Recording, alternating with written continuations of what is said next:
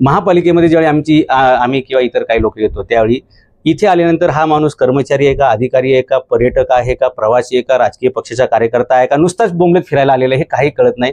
काही लोक बाहेर बसलेले असतात, त्यांच्याकडे कोणत्याही प्रकारचं ओळखपत्र नसतंय.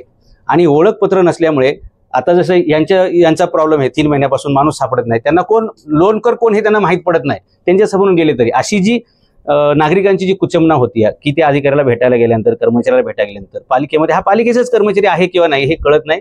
परत लोकांना चक्रा मारायला लागतात. या संदर्भात राज्य शासनाचा जो GR आहे, सर्व पदाधिकारी कर्मचारी इन्क्लुडिंग, म्हणजे मला सांगायला आनंद वाटतो की आपल्याकडे श्रीकर परदेशी नावाचे कमिशनर होते, आयुक्त होते, ते स्वतः आयडेंटिटी कार्ड घालूनच पालिकेमध्ये यायचं. तशा प्रकारे इथले आयुक्तापासून ते शिपाईपर्यंत सर्वांनी दर्शनी भागात, ते काही लोक आयडेंटिटी कार्ड घेतात खिशात ठेवतात, तसं नाही, ते गळ्यात दिसलं पाहिजे आणि फ्रंटला दिसलं पाहिजे की यांचा विभाग कुठला, यांचे पद काय आणि यांची जबाबदारी काय, जेणेकरून नागरिकांना ते सोयीचं जाईल की बाबा मला कोणाला भेटायचं आणि कोणाकडे काम आहे. या संदर्भातला सुद्धा शासनाचा GR मी आपल्याकडे देत आहे. ताबडतोब त्याच्यावरती आपण सकारात्मक कारवाई करावी अशा प्रकारचं आमचं म्हणणं आहे. ओके, या.